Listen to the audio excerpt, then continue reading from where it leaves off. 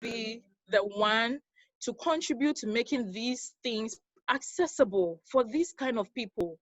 It is through no fault of theirs where they were born into, no fault of theirs, no. But if we can help, that is what humanity is about, holding each other's hands and making sure that we are all surviving and doing well. What does it matter if I have a big mansion and several cars, and then outside my gate, there is someone lying there and cannot afford 3 square meals a day? What does it matter? So it makes no sense. Yes, I'm going to make money, but I'm making money because there's a purpose to that money, and it is going somewhere to help better a life. I'm into this space because I believe that is one of the best spaces that you can actually make huge impact. The development space, it's one of the best places to make impact. And for that reason, I am very, very, very, very grateful that I met Lady B the time that I did, and we had the conversations that we had the time that we did, and then we noticed the shared passion, and then we are doing this together. So thank you. I mean, this is a really good opportunity for me to say thank you to you, Lady B, for everything. You have been awesome. And thank you for believing in me, because I don't know who would do this, but you are there, I am here. You meet me on instance from a word of mouth, and you say, okay, you know what, I think I believe in you, and I think you've got a lot to offer, and I want to do this with you. I can assure you that not a lot of people will do this without any ulterior motives, but she has none. All she wants to do is to make impact in Africa, and that is the only motive, and for me, is the best motive ever. So I'm happy to be on the same train with you, to be honest, I am. Okay, thank you, Lizzie. Stop. You can stop now. I want you to I appreciate you. I really do. The work that you are doing is unbelievable, and for me, it is. Anyone knows me. I have a problem delegating. I have a problem saying, "Oh, you take this and you take care of that."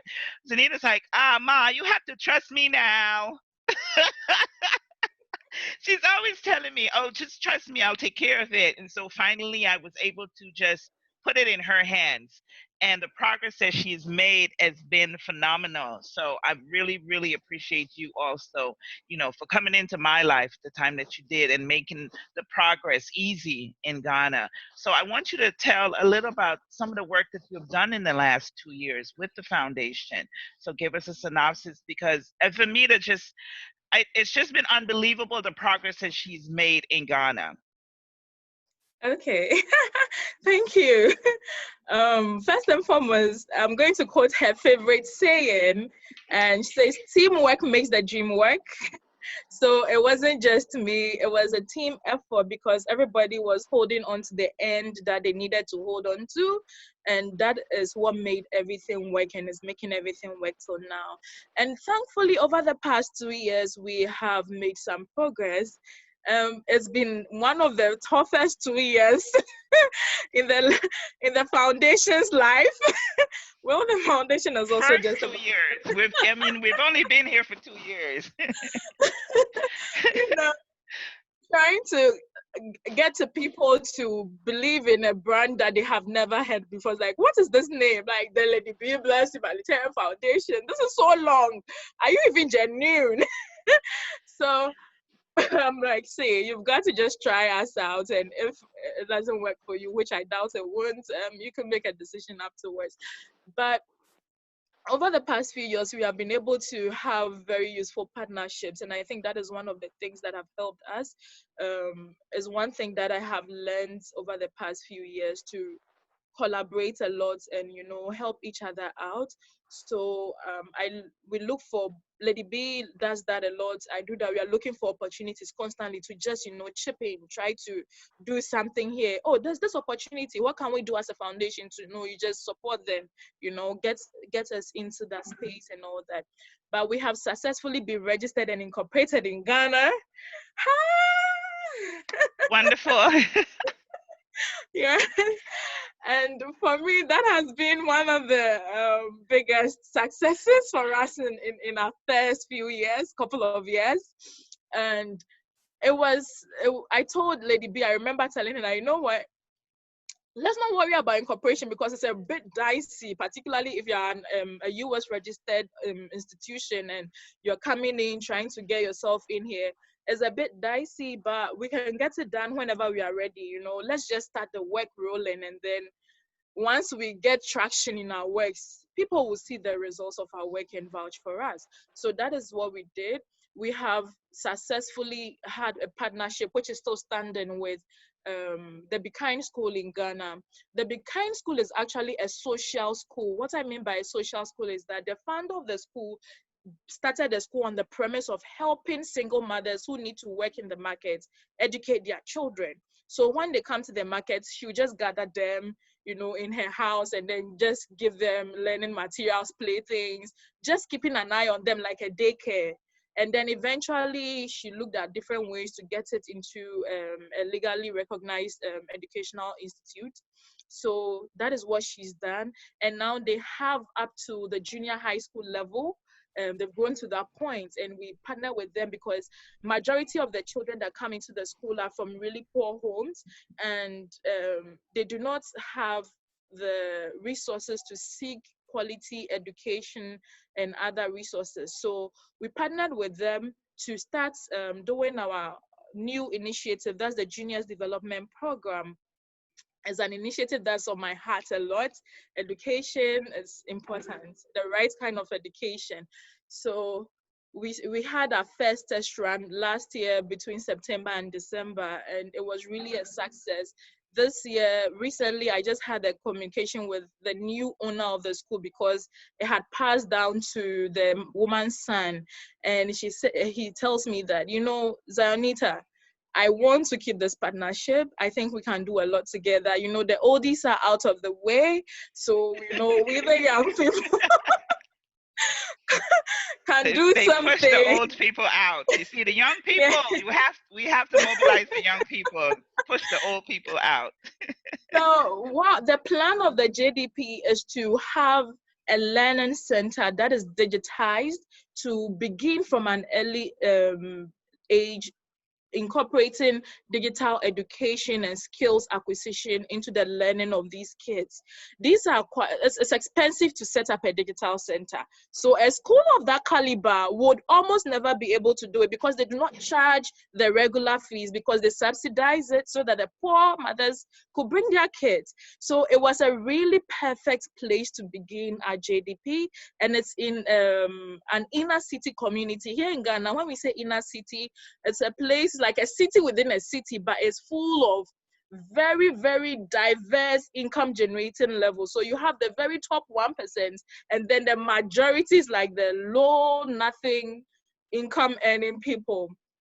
So these cities are high on crime, social vices.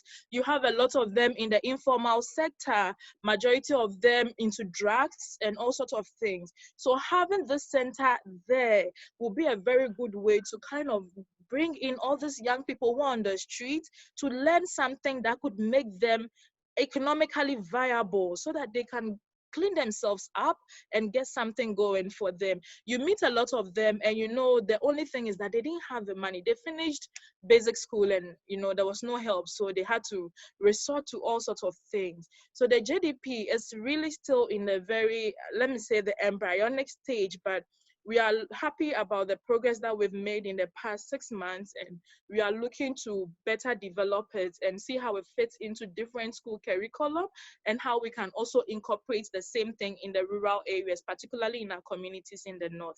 So that is one of our initiatives that is really active for us, as well as our Clean Water Wells project. We are still looking for funds for that because um, water is a big issue. Even in Accra, I live in Accra, and my home, I do not have pipe-borne water, so we buy from the water tanker every day. So for us, we can afford to buy, but there are a lot of communities and households in the north particularly who cannot afford, so they rely on naturally occurring water bodies like streams, ponds. But the north is a place where there are extremities of temperature, so they have very dry seasons and then very wet seasons. So when it's a wet season, they have floods and they have, yes, water, but it's not clean. And when it's dry, they do not even have, you can't even call what they have muddy water. Muddy water is an overqualification. It is terrible. I have been there. I have seen it. I've been with them for months, weeks. We've been there. We've been doing this. And we are still looking to be able to have some very good source of water dug in the various communities for them to use. So it's also another project that is really on our highest agenda. Then we have a Women's Empowerment Center. And that is one that I know is going to. Did we lose you? Oops. Did she drop? Oh, wait, come back. She's back, but she's mute. She's back in. Hold on.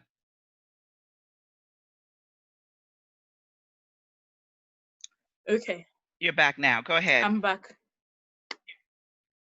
Okay, so sorry about that. The internet is erratic this evening.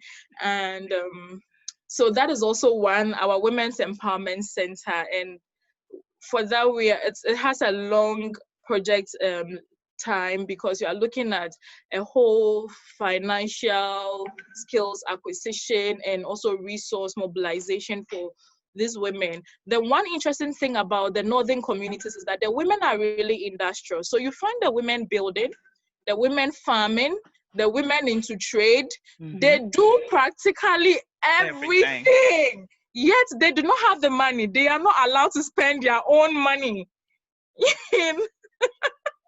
They are not. And some of them do not have the financial literacy skills that they need to grow their wealth. So it's also another area of concern. If you are looking to eradicate poverty in the north, then it is one area. Like I said, we look at the roots of the issue, not just the branches and the leaves that is carrying us, but the deep-rooted parts of it that needs to go away. And education and a mindset change is one. So we have to also look at ways that we can have a sustainable program of education for those women in that regard. So that is also another high agenda for us as a foundation. So that's just about the top three. We have other ones in the birthing process, but yeah. And we also work with the British Council. Yes. Oh, I forgot about that. How could you forget that one? I didn't forget about that. So we also had the opportunity to go through the British Council's program. There was a program that they pioneered for social enterprises. So now there's a new term that has come up, and that is a social enterprise. And we know that even within the development space, most traditional NGOs are trying to move from the donor dependency to having a business model that can sustain your activities when the funds are not coming anymore. Because we know that I see you, Lady T.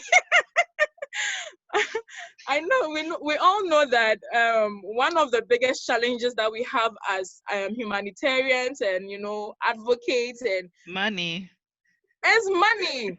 And when a donor is giving you the money, there are too many conditions that inadvertently takes away from your main objectives. So you find donors wanting the money to do things, but you have your priorities and the reason why you are even undertaking the project in that way. So now we are looking at charities and more non-governmental organizations, non-profits, looking at different ways to have a business model that brings in funds while they still carry on their activities and all that. And that is one thing that the British Council has started looking. It's a space that the British Council is looking to contribute in. So I had the opportunity to be part of their inaugural program. And we went, it was actually a competition. So we didn't know, thank you. We didn't know it was a competition from the beginning. They didn't tell us it was. They just said, if you are a young person living in an urban city doing something for this, apply for this program. So I did apply, I got in, and eventually we're told that, it's in 3 stages. There's the boot camp, which is for everybody who has applied. And then over 1,000 people, break it down. Over 1,000. Yes. Break it down. Over 1,000 applications came through, and so 1,000 people were in their boot camp. And afterwards, they had to sift it to 200. 200 people came out of the 1,000 to go into the incubation period, and I happened to be part of the 200. And we went through the incubation. Thank you, Zionita. And then we went through the incubation period, and still on my JDP. That was actually the project that I went into it under the umbrella of the foundation.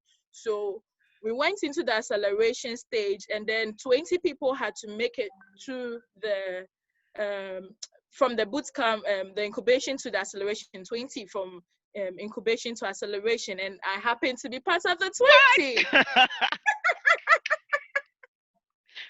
From 1,000 to 200 to 20. Okay. So it was a lot she's of. not hot stuff. It was a lot of pitching your idea, fine-tuning it, positioning your organization in such a way that it makes sense to investors and they would want to buy into the idea. And it was a very, very, very, very good experience. So at the end of it, we received a grant of 5,000 cedis from the British Council. Yes, the money. Thank you. First money in Ghana. And it really helped us to test run the Juniors Development Program. So that was the grants that helped us to actually take the first initiative with the Be Kind School. And we knew that the program was going to work if we are able to properly develop it and have good funding for it. So, and we also got to register and incorporate the foundation after that program because there was support from the British Council to get yourself incorporated. And that is one of our 2020's highest. After Corona and everything, we still have something to, be very grateful about. Definitely. Yeah. Thank you so much once again. I also want to congratulate you for your Yali. Congratulations on that. Yes, I did Yali. Congratulations on that. Also, as we sit here, Zionita was accepted into the New York University, but we didn't get the scholarship. So we're going to keep pushing and keep her, because I want her to do her master's at either in the US or Europe. So wherever we can get her, for her to do her master's degree, I'm there and pushing, and we're doing applications to get her into a good university to complete her master's degree, because it could only benefit me, right? And our community. Have her collect the degrees, and I'll collect the brains of the matter. So I want to congratulate. It's not easy to get into New York University. She was able to get in, but we didn't get the scholarship. So that's also is a congratulations. I mean, it's still there. It's just having the money to complete the application. So, and congratulations on everything that you're doing. So we have about 50 more minutes that I'm going to open up for questions and answer. What I'm going to do, I'm going to unmute everyone's mic at this point, and then if you see someone speaking, please wait until they're finished, count to 2 and then start speaking if no one else starts speaking, so it could be a very good exchange and we could get the questions in, and so we could wrap up at 4 o'clock. So what I'm going to do now is unmute the mic and give you guys an opportunity to speak. All participants are on mute, and if you did mute yourself, then you would have to unmute yourself if you want to speak. So everyone should be on mute, and if your background is too noisy, I will mute you back, okay? So anyone wants to speak, please go ahead and ask any questions for Ms. Zionita. I see Lady T.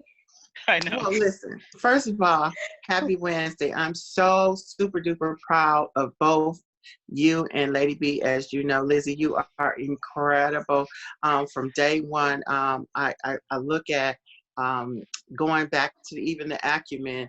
You were doing the exercises. You were like, I'm doing the exercises, Lady T, and I'm sending them in by copy's head right now. The exercises. I cannot express enough how proud I am of the Lady B Blessed Humanitarian Foundation. Not just because I'm biased, but just because you truly are change makers, change shapers, and just the amount of time that you've done work. And the reason why my boasting about you has always been at the forefront, or what I would call TOMA, top of mind awareness for other people, is you all understand social capital. You all understand that developmental work, whether it's community and or sustainable development, it requires some underlining things. And you underpinned a few of them in terms of, yes, you cannot go into any community, I don't care whether it's Ghana, Senegal, Benin, South Africa, Lesotho, Rwanda, Tanzania, Botswana, Tunisia, anywhere on that continent, and not be inclusive of the community and the traditional leaders and or faith leaders that's there. So I'm so proud that you guys understand that. And whether it has been a work in progress or not, you all have also participated in the different models of what community development looks like. You all understand the rationale planning in terms of not doing what a lot of organizations come in and do, and then that's why there's no continuity after they leave. You all understand the rationale planning. Also, you understand the assets of community of based community development. By having a base there, you can't go into communities and start telling what they need to do and how they need to do it. You don't have anybody on the ground. So I kudos to Lady B about that. And, you know, I know the story. Everybody's probably sick of me talking about Lady B in terms of she went to that CSW 2 years ago. By November, she had her 501c3 and she's been moving it. But the third element in terms of why I'm extraordinarily proud of you is because you're not doing the model of telling the people and leaving them with no continuity. You are looking at strategies. You're looking at partnerships. You are turning that key to community development to make things happen. So I just had to say those things. So proud of both of you. And I know I call you Lizzie too. I'm so sorry, Lizzie. You're fantastic. You she can't get away from the little Lizzie. Right. Is it me? She cannot do any wrong. But thank you all. Say again. Okay, Lizzie went down. Uh-oh. Let's see if she'll come back again like the last time. Okay, there she is. Are you back? I'm back. I'm sorry, my internet. Oh, we know you're in Ghana. It's okay. Honey, we understand. So let me just take this. Let me just take this minute, this time, to show this. I had to go get this. It says Agribiz present the top 10 African Award Gala. Powerful African Partnership 2019 Good Cause Award. Lady Be Blessed. Lady Be Blessed Humanitarian Foundation. Who don't know who Agribiz is? Madam T. Thompson. That is the face and the brains behind Agribiz. Oh, was rewarded to us last year during the CSW by Agribiz, Madam T. Thompson, or Lady T. Thompson. I have to get used to call her Lady T. Thompson because I'm always calling her Madam T. Thompson because she has that stature. When she walks, it's like, Madam is coming. Ooh, Madam is coming. So definitely. Lady T does a lot in Agribiz, trust me, and she's a farmer. Me, I know nothing about farming. It's not my field, it's not my specialty. So anytime it comes to Agribiz, land, or anything, I got my go-to girl. I like, Lady T, this is your area. I don't step where I don't know. If I don't know, I don't know. So when it comes to agribusiness, she does cashew farming. She does a lot with the bees. She does a lot with imports and exports, and anything that has to do with agribiz, she's there. So if you want to take a couple minutes, T. Thompson, Madam T, and talk about that, feel free. Well, I will say I have been doing entrepreneurship. Oh, not me again, please. Come back. Listen, I've been doing entrepreneurship and agriculture training for a long time. I have 30 years into being a women's business advocate. I've been all around the world. I'm a Fulbright. I've been in 86 countries. But I would like to not have the attention on me, but on you guys. And going back to why I've been extraordinarily proud of you. You guys, not only did you get awarded duly the Good Cause Award last year. But I'm a power broker and I'm a success builder. And with that, I was so proud that I was able to produce this awards program. We had the former African Union ambassador to the U.S., the second one, and she was our keynote speaker. But we had so many other power brokers and change makers in the room. And guess what? The exciting thing is a lot of them are still doing things with each other. So the intent behind it was done. And I know that Lady B has been doing various activities with other winners. I'm so happy and elated about that. But guess what, Lady B? I have something for you today. I saw a grant that came in that I think we can do. You see how we do it when the money comes in? Hey, we can do some It's not entrepreneurship about the money and some coming agriculture training. Yes, Yes, agriculture we like training. money. I need that myself because, like I say, it's not my Yes. thing. And I'm gonna try to talk until Lizzie comes back. If you guys have any more questions for her, but I also want to say that we also won the African Community Achievement Award in March for the Lady Be Blessed Humanitarian Yes. Foundation. So these are, I mean, it's. I always say it's always good to do good work, but being recognized for your good work is a good feeling. You see, because they called me up and they were like, "Oh, we're giving you an award." I'm like, "Huh?" So it was a very good feeling to go to LA to receive this yet another award for our good work, our humanitarian service for 2020. So I definitely want to put that. Without my team, I'm nothing. I do nothing by myself anymore. I have a fabulous team here and also in Ghana, and Lady T is an extension of the team as far as agriculture is concerned, because we cannot have a foundation without agriculture, because anything that we do have to be sustainable. I am for sustainable development, because I can't just go into a village and say, here, I'm going to bring you water and not teach them how to sustain the wells. I can't say, hey, I'm building a women's center and I teach them how to sustain the center, how to sew. I have 6 sewing machines sitting in my living room that I have to ship. So all these things provide sustainable development for the people that we are working with.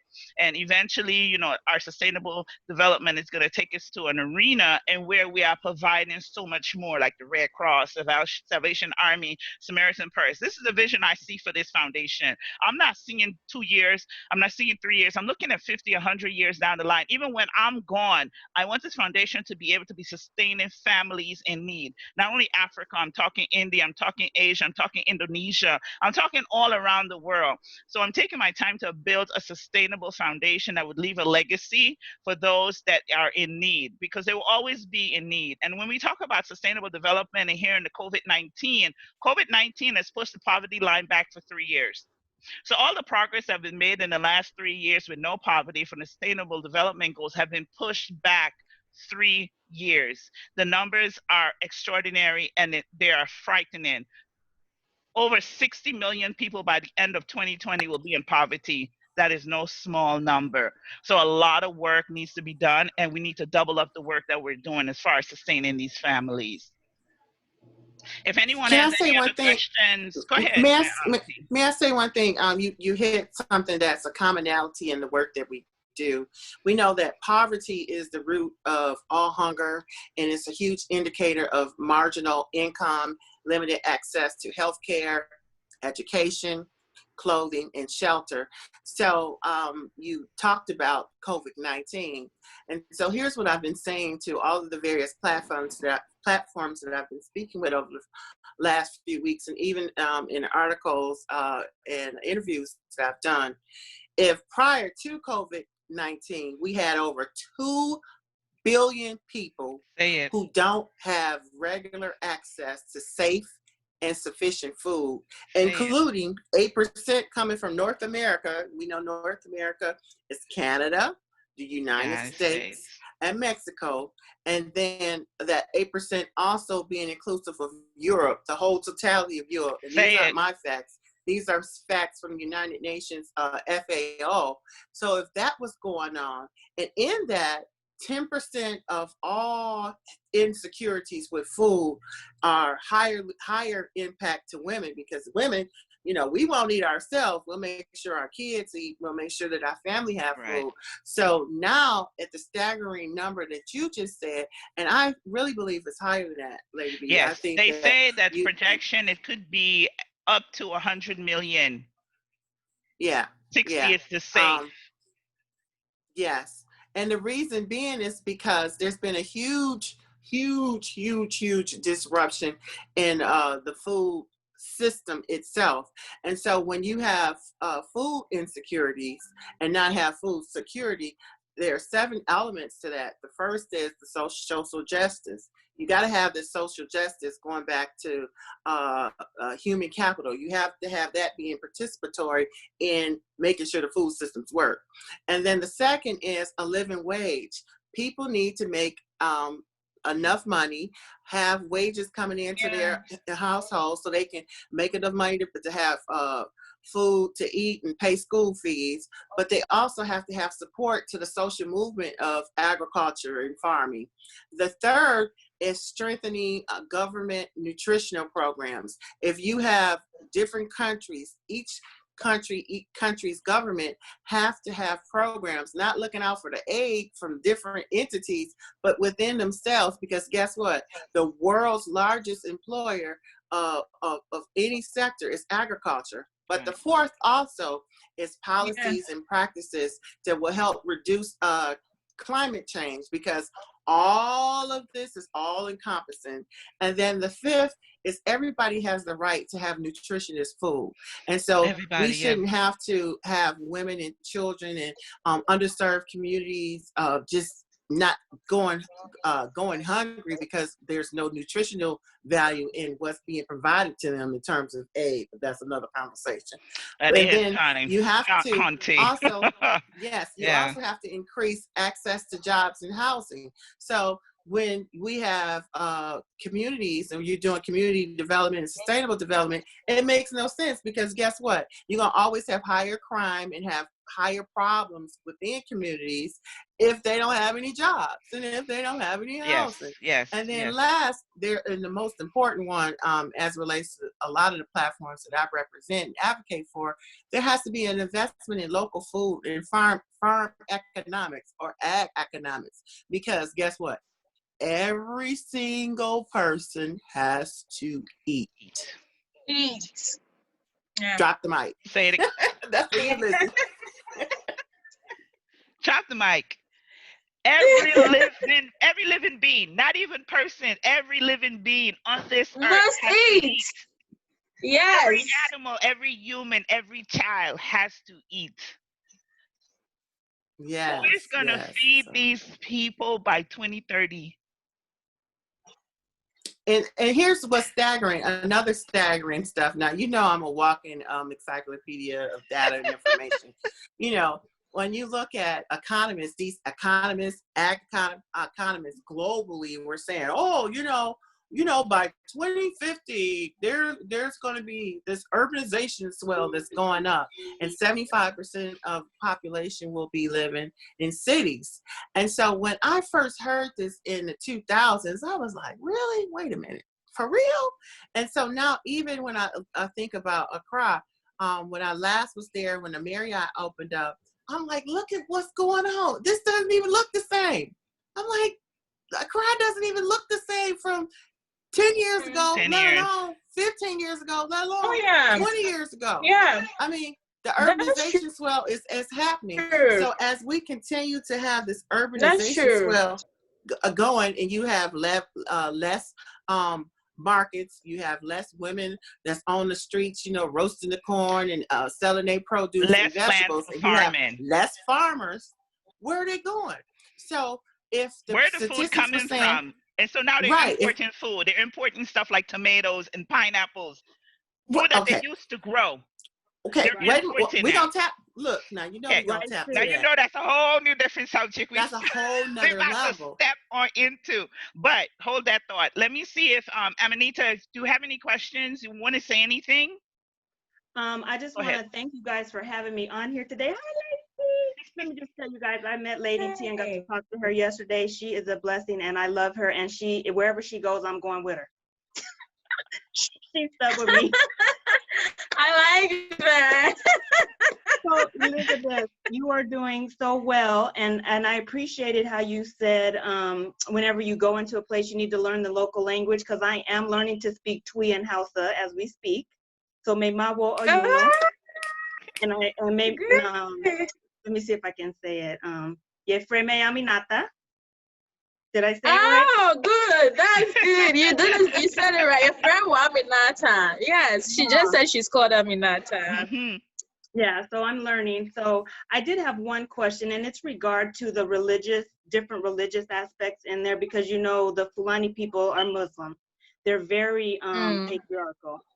So my question is, do you guys have anything going on over there to educate even that population? Because I know even with my chief, at times I have to like ask permission to speak on certain things.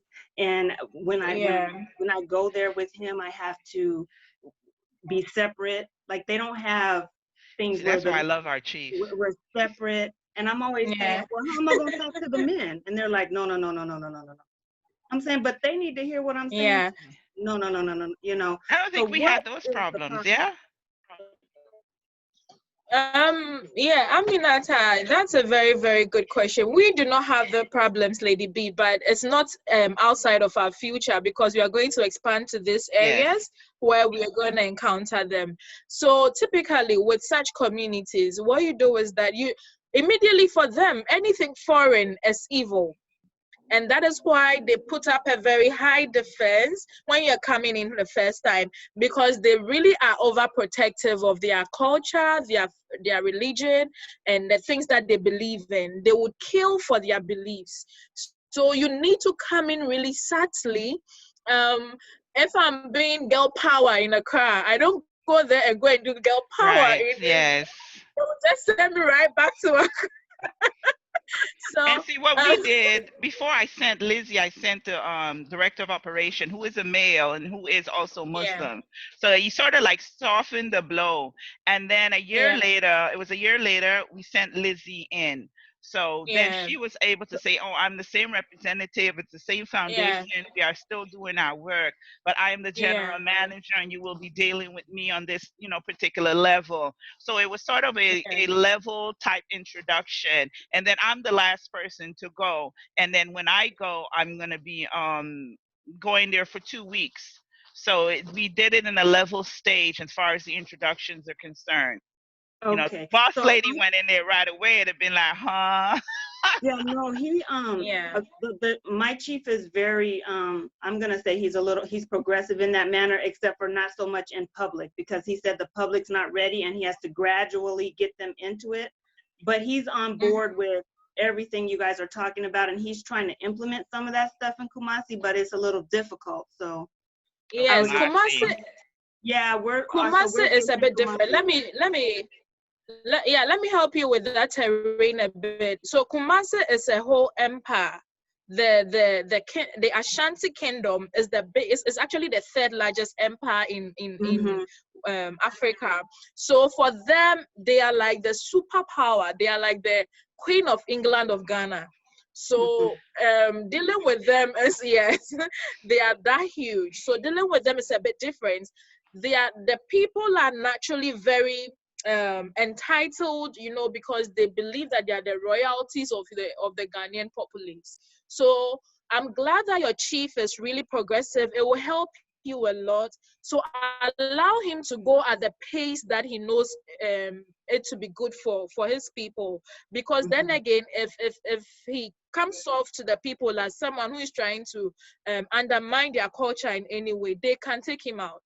So yes, I'm happy that he is, but you should allow him to use his approach to softly get into them, because for them, they'll come at you and they'll come at you really strong. They are really, really domineering part of the country, and their traditions are really high. When something happens in the Ashanti Kingdom, the entire region shuts down. It doesn't happen in Volta region, it doesn't happen in Accra, no. But in Kumasi, if something happens there, the entire Ashanti area will shut down. That is how That's what powerful he told me. the Ashanti kingdom is. Yeah. Yeah, so I'm glad. I'm so happy. I was going to just say that if your chief is that progressive, then he's going to find a way to sadly get the people on board, and that would really help for you. The only thing is that it's going to take a bit longer than you anticipate, but it will happen because once the key people are on board, everything is going to be a smooth flow. So one thing that would help is that anytime you are with them, you do your best to, you know, be part of them, you know, wear their costumes, learn their dances, eat their food. It goes a long way to show them that they could trust you because you trust them. In the culture, in the Akan culture, when you come to a home and you are offered water or anything, irrespective of how dirty or anything it may be looking, if you don't drink it, it's a declaration of hostility. And yeah, so if you've done that before, then you would have to want to do that already. But yeah, so it wasn't so a good please, thing. yes, it wasn't a good thing. You have to learn to accept whatever so you don't necessarily have to ingest what they give you. Take it, Right. thank them for it, accept it, because accepting it means that you were a friend. So once they know you've accepted it, then they begin to, you know, let their guard down around you. Once you start rejecting things from them, food, water, and all that, they are looking at you like, so I can you're say not good. that I don't know where you're from. he introduced me to, because he is he's the head chief in Kumasi, and then he's the vice president of the Chiefs Council there. And so he introduced me slowly to the different chiefs, and so they let me come and speak to the group. So I think that's progress, because before he said that's unheard of. He said I'm the first to ever be able to do that. So exactly. you know, so yeah, so that was exciting, because he was like, you know, slowly he was introducing me to them, just like, hi, you know, and they were asking, and I let them ask whatever they wanted to ask, and you know, and so it's getting there. Yeah. It's progress. It's progress. It's progress. Yeah, and you know, one thing we don't want to rush anything we are doing, because they've been doing their thing for years upon years. So when we going, we just have to, you know, take our ease and see how far we could go. Yeah, it's progress. Congratulations. Thank you. So I'm so proud of you ladies. I'm so glad I was able that I'm working from home and could get on the call today. Oh, thank you. We appreciate you. I want to attend more of these. So as long as I'm home, I'll be on here. Yes. Now, next week I have the executive director of Penny Makes the Dime Foundation. She works also out of Ghana, and she's going to be talking about managing your time during COVID-19 for women. So definitely every Wednesday, it's going to be Women Wednesday. In a couple Wednesdays, we're going to have our wing and wine. So you guys could always join with your wing or your applesauce. For those with the apple juice, for those that don't, you know, do the wine or anything like that. And I also want to let people know that myself, Lady T, and Miss Amaneta, we're also members of Parliament for the state of the African Diaspora. And using that platform, we are able to do more in our community for Africans in the diaspora to recognize Africans on the continent.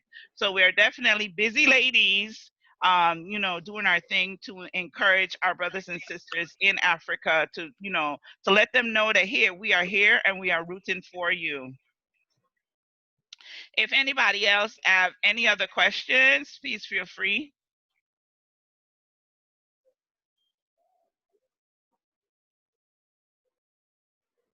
No? Everyone's silent? Okay, well, I have something to say. Okay, so I was boldly over. Thank you, Lizzie, for breaking down exactly what the cultural contexts are. Oftentimes, there's so many misconceptions about what cultural contexts are, and you have to know what the cultural contexts are of the area that you're going to work with, do development at work, or even talk to. And so, yes, eating the food sometimes is one of those cultural contexts. How can you build a relationship, build trust, and you can't interact and be engaged with the community? Yes, be able to say a few words. I speak broken English. I speak broken Fulani, broken Hausa, broken Igbo. Whatever it takes, broken right? or not. What? Exactly. Yeah. Yes. But those cultural Be like with the contexts. pigeon English. Listen, no hello. I'm No. not giving you a hello. They be like, Lady B, where you from? Right. I'm like, what you mean, Charlie? Right? Those things matter. Chale is Ghanaian. Chale is probably Ghanaian. I If know, we call you probably. Chale, it means that you are a friend, you I know. know, We say Chale. Chale. Yes. I know. Oh my So goodness. forgive me, I'm a mute and in the call because you know I'm having a lot of calls today, Lady B. Yeah, I understand that because it's about 4:08 and I was about to end the session and wrap it up. If anybody have any quick questions for Miss Elizabeth, please raise your hands. Do it now, or else we're gonna wrap up. Okay, Usman, go ahead. You're on mute. Yeah. I'm really sorry that I came late, almost on the verge of the meeting already. Yeah, but I cannot take everyone's time that too much anymore. But like the gender role, we are playing as people in every society, particularly in Sierra Leone. We have we are growing, but before this time, previously, the gender role is a very challenging one, especially is a disadvantage to women. Women have more disadvantage to men now. But like, without much I speak from Sierra Leone here, I hope we'll be having such a nice conversation some other time. Due to the internet system in our country and to some other electricity problem, I came late to catch up with the meeting. But hopefully, I'm preparing and hoping to contribute much on such type of discussion some other time. Thank you all for the time and for everything. Thank you for your input. We appreciate you. Hello, Sierra Leone, and we know it's late there too. It's about 8 o'clock. Yes. Of course. Yes. So, Asani, do you have anything to say?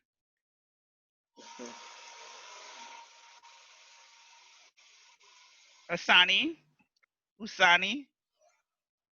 No? Husseini? Yes. He's not saying anything. No, I don't know if he's on or not. Okay, he looked like he's on sleeping. mute. Yeah, but he has to mute himself because I muted him. Anyway, let me say happy birthday, T. Thompson. Yay! Happy birthday to you. Happy birthday to you. Happy birthday to T. Oh, we gotta do this properly. Happy birthday to you. May God bless you now. May God bless you now. May God bless you now. May God bless you. T. Thompson birthday party is at 5 o'clock our time on Zoom. So we're gonna be there on Zoom to virtually rock it out. We've been waiting for the link, please. We've been waiting for the link. Check my flyer. We're gonna be like, living a life like golden, living a life like golden. We are partying tonight. We are partying tonight. It's T. Thompson birthday party, virtually Skype. Thank you all. You know, this are right you okay, here. T. Thompson? Are you okay? Yeah. Yes, that was not anticipated because you know I am a Lady B Bless Humanitarian Foundation and Lizzie fan for life. So right now it's not about the T. Thompson. I'm sorry, but you know I'm getting a call. But nonetheless, thank you so much. You're and welcome. Guess who is going to be our moderator for the virtual birthday party? Come on, the one and only Lady B. Be blessed. We're about to have a live experience. We're about to go crazy. Yes, I don't know what's about to happen. I was in a hotel room in New York. Oh, let me tell you, it was lit. It was lit. Whew. Lady B is my ride or die. I didn't know she was my ride or die until the New York experience. Lady B is my ride or die. I had to check her I'm like, go to bed. She's like, I'm going to bed. She was tired. It's like she has to rest. She was tired. She was working all day and everything. I'm like, what you doing up? Not even know she had person dignitaries in the room at the time. I was like, oh, okay. Shut my mouth and go to my room. We have fun, but we enjoy what we do. Again, Yes. I'm so proud of you all, Lizzie. I'm biased. I'm not gonna even lie. I'm biased. But guess what? We're gonna get some money and we're gonna do some programming before the end of the year. This one thing is I need to talk to you because guess what? It's due June 1st. So we need to talk tomorrow. I'll resume work. No, actually later on at night I'll resume working. But yeah, she be up at 2:00 in the morning. Like my lady be up, like lady be sleeping. I'm old. I'm at least 20 years older than T. Thompson, and she want to keep me up at 3 in the morning. Not gonna work. Right? Yeah. She's like 22 happy, and I'm only like 32. Right. Thank you. All right. This was good, Lady B. I'm looking forward to listening in every Wednesday. Every Wednesday, same time, same bat channel, different special guests. Lady P, call me or text me when you have time when you're done with your birthday. Not today.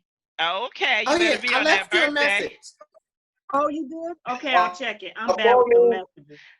Okay, I'm gonna check it. The next Wednesday I'll be on time and I'll be from.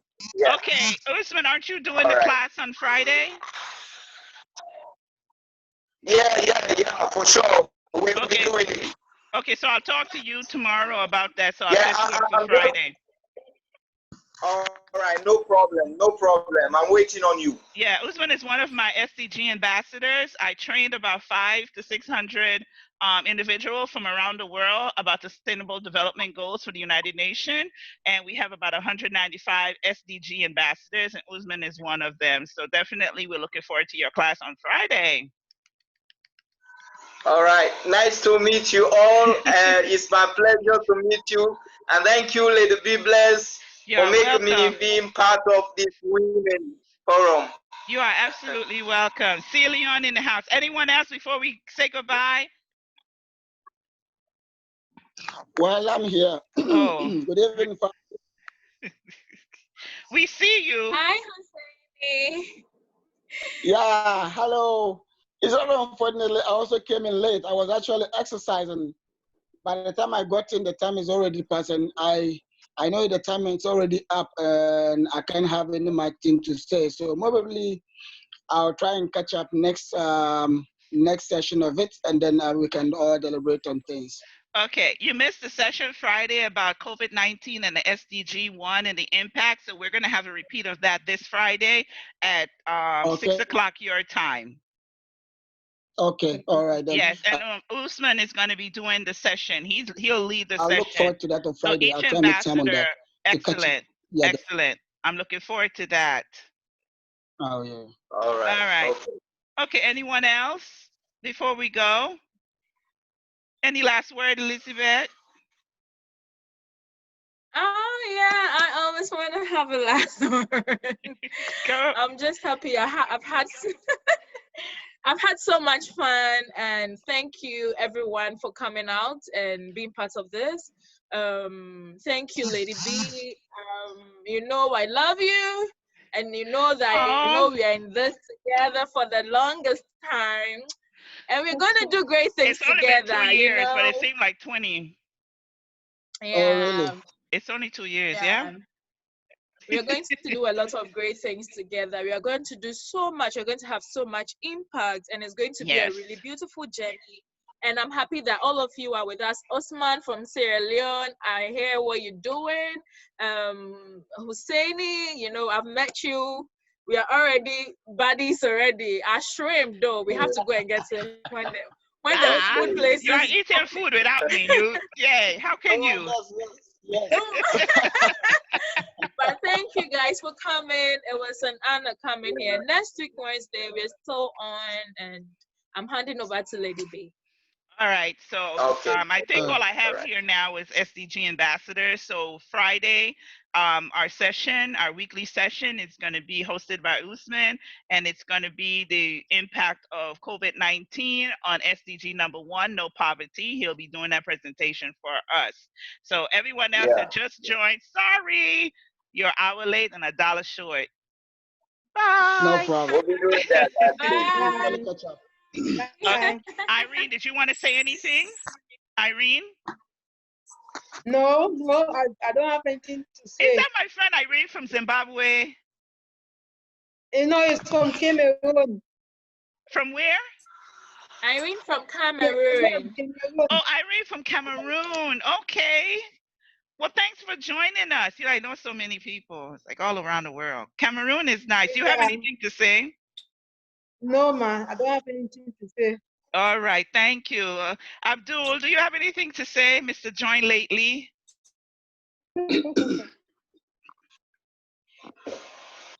You just want to clear your throat.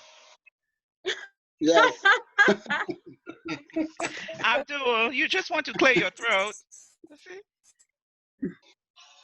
So he's gone. All right. So, and someone is calling my phone. Ha, you people now. Okay. All right. So, you guys don't want to leave, right? Aww. Bye. Lizzie with the flyaway hair. I need a fan. I need a fan, Lizzie. I think I have to be I will get. I need to have the flyaway. You really get one tonight. I need to have the flyaway look. The look, oh, it's like, woo. They fly away. I love it.